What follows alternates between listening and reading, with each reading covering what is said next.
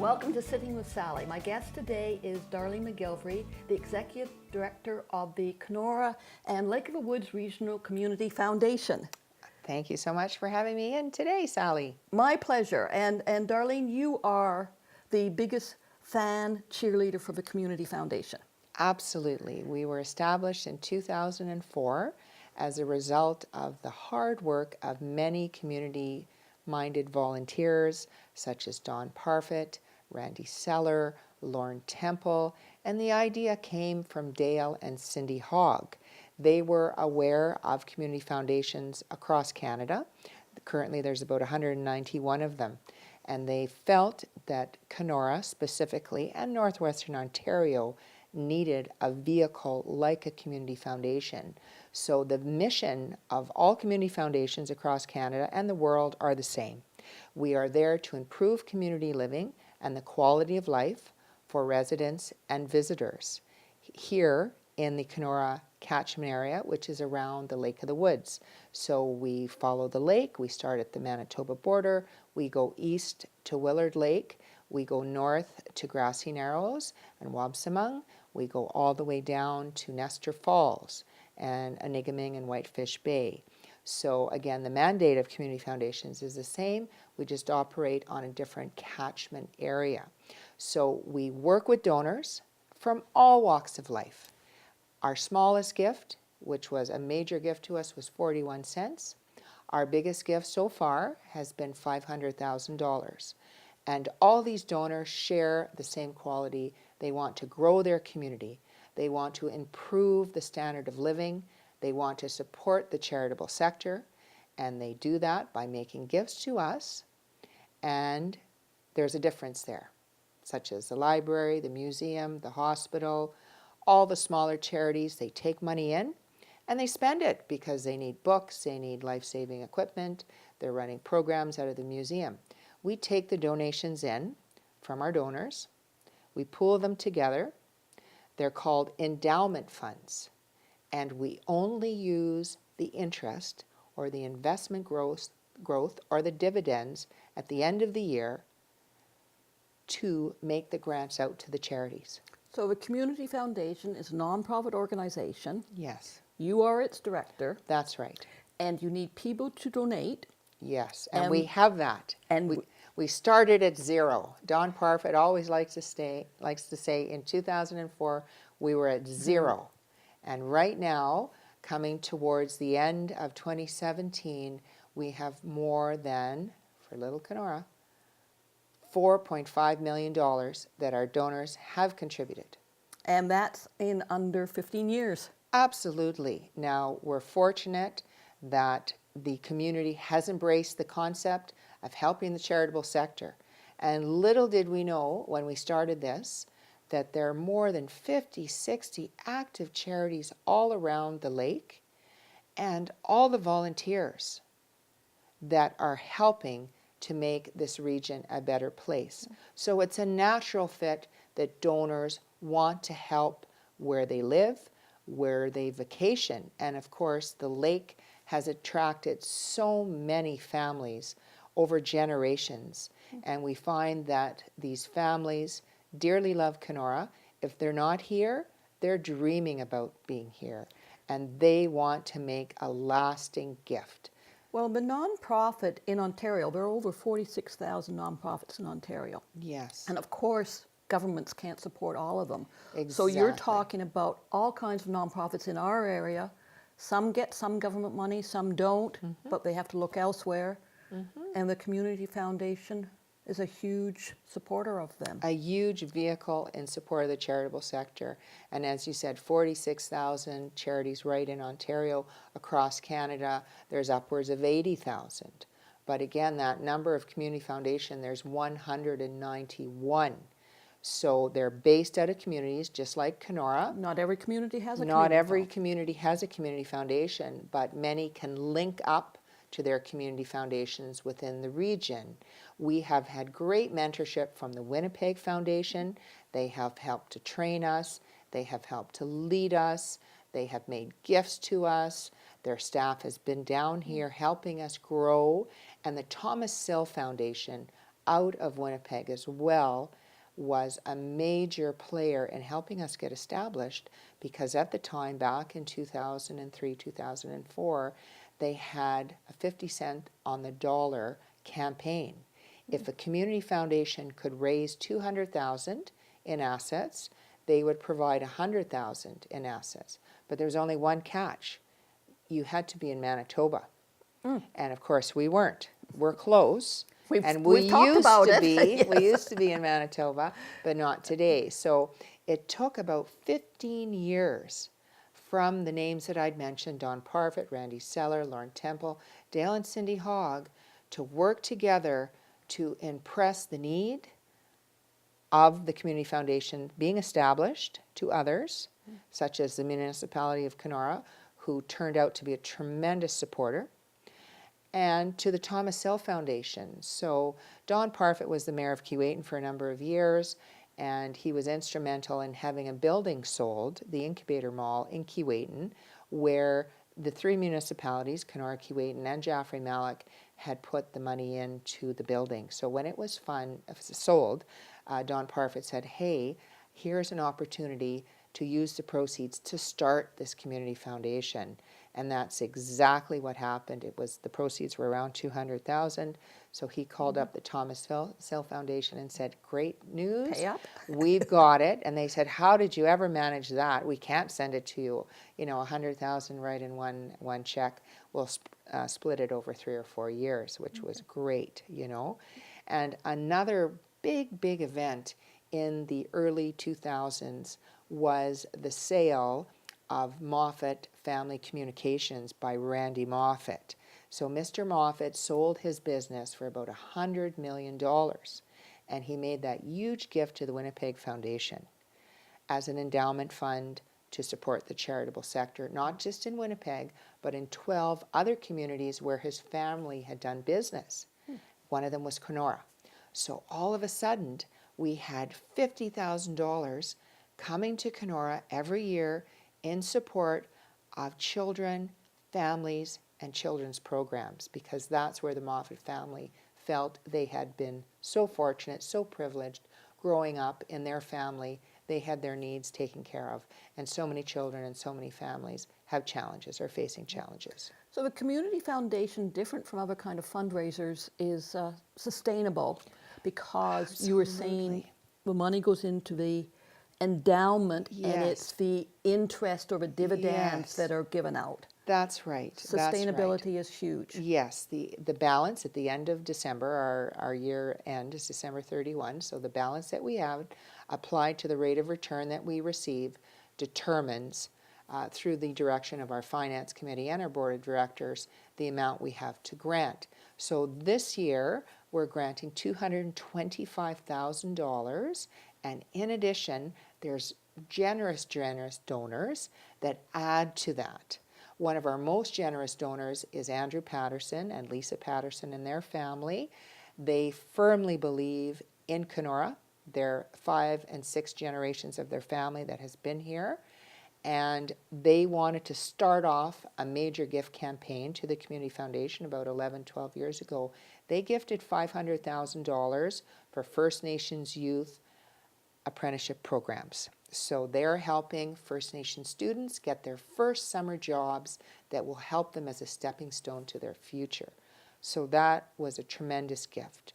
We have various members of the Richardson family, Jim and Lenny Richardson, Hartley and Heather Richardson, Mrs. Shirley Richardson, that all love Kenora and want to see it prosper as well.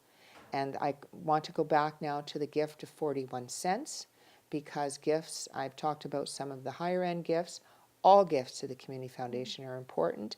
We had a gift of 41 cents in honor and in memory of Buck Matiowski. One of the staff members that worked for Buck wanted to honor his memory, reached into his pocket and put some money into an envelope. And when I was back at the office, a few hours later, I opened up the gift with tears in my eyes and realized that it was 41 cents. And for us, that's the best gift ever, because that's what Came that's from the all heart. the money that individual could sincerely remember Buck by. And he told us, you know, I love Buck, I worked for Buck, he made me feel so great, and I'd like to remember him. And that's a tremendous gift. We're going to take a quick break. When we come back, we're going to talk about $2 million in grants. Absolutely, Sally, sounds great. So please join us after the break.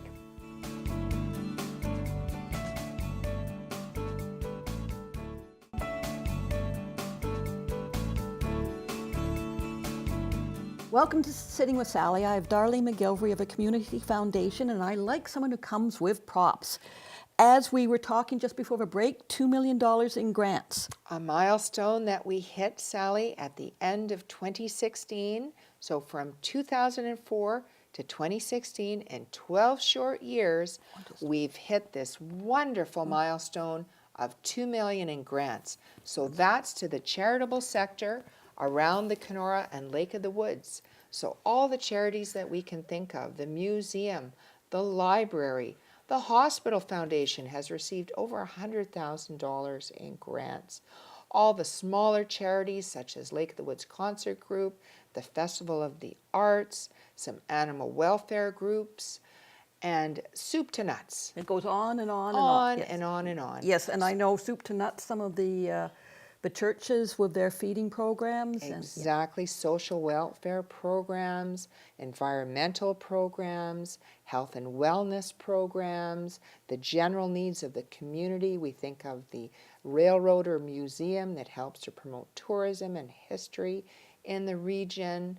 Gosh, some of the works down in Nestor Falls, there are libraries down there, there are trails, and the list goes on and on. So as well as making a difference for so many nonprofit organizations, I would think some of these grants make a difference between whether they can do things or not do things. Absolutely, that they can reach out and grow their charities, that they can help their constituents. We think of Triple Play with an endowment fund that was helped to be created by Jim and Lenny Richardson to help families with children who saw potential in sports, who saw potential in arts, to enroll them in these types of activities, to pay for their equipment that they need as well. And the nice thing, as you talked about earlier, Sally, is this is sustainable. A community foundation is sustainable because the funds come in, the calculation is applied at the end of the year based on the rate of return, the amount is determined and is distributed. So each year we grow. We've been growing by about $300,000. That's excellent. Which is, I mean, astronomical for Kenora and Lake of the Woods region, that you would come up with regular donors who want to make a gift. And the nice thing about it, Sally, is donors can have their own endowment fund. It starts at $2,500. People can make it an outright gift. They can do it over 5 years. And it's $42 a month. And we have dozens of donors. And you can choose Yes, which sector, like you're that's talking it. about, social welfare, animal Yes. welfare, environment. The passion of the donors. So they can choose. They can choose the type of payment. It can be off a credit card. It can be from their checking account. And $42 a month, we found, is a good amount for a lot of families. And many families involve their children in deciding what sector are we going to support as the donations grow and the endowment funds grow as well. At the $10,000 level, you can stay in the field of interest, the sector, or you can go and support a named charity. At $50,000, your options increase as well. So the Winnipeg Foundation, our mentor, has been going since 1921. So they're 96 years old. They started with zero, just like us. And get this, they have over $800,000. And the first gift was from a banker who immigrated from Scotland and said, Winnipeg has given me everything. Wow. My employment, my family, my future, I'm making a gift. The second gift was the widow's mite of 10 gold coins. And that is a gift that represents the community needs, just like our 41 cents represents the community needs. So Winnipeg now distributes about $25 million each year as grants, the returns from their large asset base. It's something to aim for, isn't it? It's going to happen. I mean, absolutely. We started at zero assets, zero grants. We've just passed $2 million in grants cumulative. So we're coming that way as well, you know? And you had mentioned to me that one of the things that you are interested in is letting people know about legacy gifts. Absolutely, Sally, and I don't know if I can show this Sure. to everyone here, but leaving a legacy is so important because our first president, Don Parfit, a very community-minded leader from Keewatin, mayor of Keewatin, used to drive a taxi for Powell's. Going back some years, he would remember the different family names, and then the families pass on, and their names are gone. But by leaving a legacy to the community foundation, your name, the charity that you wish to support, the sector you wish to support lives on. And a legacy is a gift in your will. In a will, yes. It can be a gift in your will. It can be a life insurance policy that is also turned over to the community foundation. And I just want to read a very, very short a segment here that talks about how will you be remembered. I am of the opinion that my life belongs to the community, and as long as I live, it is my privilege to do for it whatever I can. And that was written by George Bernard Shaw. And the question here written is, how will you be remembered? What impact will you have on our community? So the Community Foundation can work with donors in their current lifetime to structure this gift. As you said, what sector are they passionate about? How do they want to structure the gift? What is the name of their endowment fund? They may wish to remember a loved one that's passed on. It brings it back to a very local. You live in this community, you benefit from this community, and you can benefit the community as well. Absolutely, and it's forever. Just like the names that started Mr. Alloway, the Widow's Mite, that started the Winnipeg Foundation back in 1921, those names live on, and the names that we have currently in our community foundation will live on, as well as the new ones that are being added every year. And if an organization is interested in obtaining a grant from a community foundation, how does that happen? Absolutely. They can call our office using our contact information and determine their eligibility. They must be a registered charity. There must be a need for the project. They have to prove that the project will benefit the residents or visitors in our catchment area. And they do that with an application, I presume. Absolutely. The first point of contact is myself in the office to determine eligibility. Always call Darlene. Always call first before any time is spent, right? It's a very important first step before there's an investment of time or dollars. And right up on our website is all the information that can be viewed ahead of time. What's the process? What are the guidelines? That's number one to become familiar with. Then there's the application process.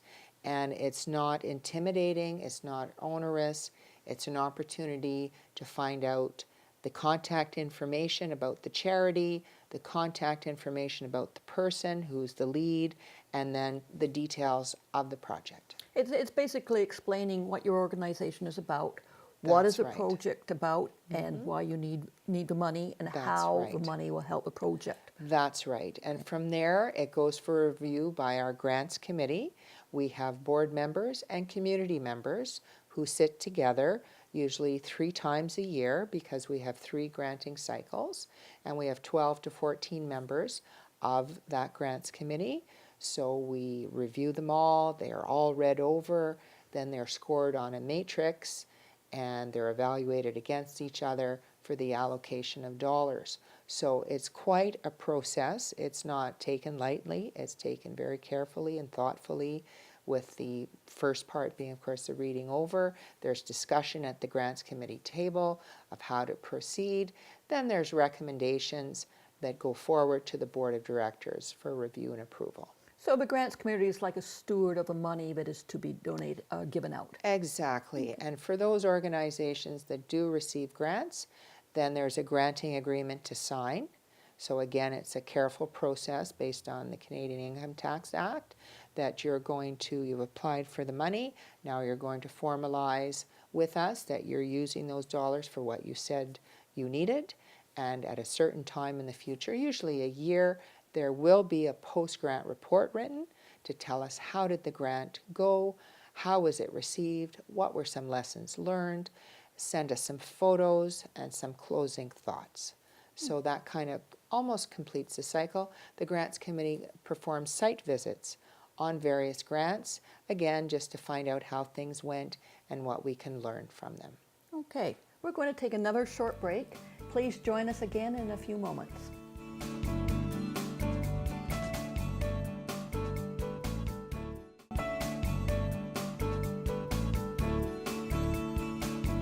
Welcome back to Sitting with Sallie. I have Darlene MacGillivray with me from the Community Foundation, and you have some postcards talking about some types of donors. Who are the donors? Who are the donors? People, as we talked about, from all walks of life who have a definite passion about a segment of the community.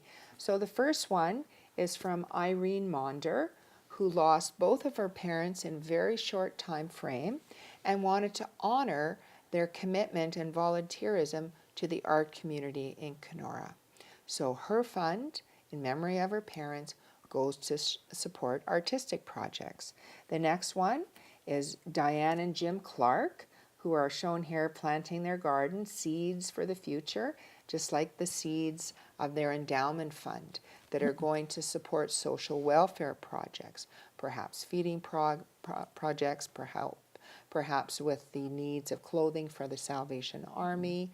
And they decided that they wanted to leave a legacy, for their community with their endowment fund right now. The next one are 4 generations of the Peacock family out on the lake. So we've got the little ones all the way to the grandparents and the great-grandparents, and they're supporting health causes. And they felt that every Christmas there were so many presents and so much shopping to do that they could maybe restrict themselves, still give some presents, but a lot less, and grow their endowment fund. So they think that's a great thing to do. They come into the office with their Christmas checks from the various family members to support their endowment fund. Put a big smile on your face. Absolutely. It's, supporting the needs of the community. And we have one from BDO Canada, an accounting firm in Kenora, where their staff has gotten together and decided that they would like to submit so many dollars per year in support of general community needs. So we do have many different staff payrolls. Copperfin Credit Union does that as well. KACL staff, Canadian Pacific and Kenora employees. We have so many different staff, Pope John Paul II School, St. Thomas Aquinas staff, and it's wonderful because everything starts at 0, but then it just keeps on growing. Like a mushroom. That's right. That's right. If you are an organization receiving a grant, you can receive a grant once a year. That's correct. And if you're lucky enough to receive a grant, you Yes. get a check. That's right. And we've brought kind of a big one. I love this check. A big one, a blank one with us because it's going to be put to use shortly. But, here's the logo of the Community Foundation in support of community needs, and such a sustainable organization doing great work, and through the workings of our volunteers as well. Yeah. I just wish this one was filled in. It will be. It will be soon. And you say you have granting ceremonies 3 times a year. We have granting cycles 3 times a year where we call cycles, yes. on social media, on the radio, in the paper. We notify the organizations that this is the time to call me first to determine eligibility and go to our website and get the necessary documents to review the guidelines, the process, the application itself. And then currently we award grants twice a year in June and also in November. Great. And if anyone is interested in more information about the Community Foundation, they should go onto the website or call you. Sure, finding out what we're about on the website is a great way because there's myself in the office and we have over 100 active volunteers. We have committees, chairmen and chairladies of committees and members, and that's the way we achieve our mission and our vision and our mandate is through the great work of our volunteers on committees and our board of directors as well.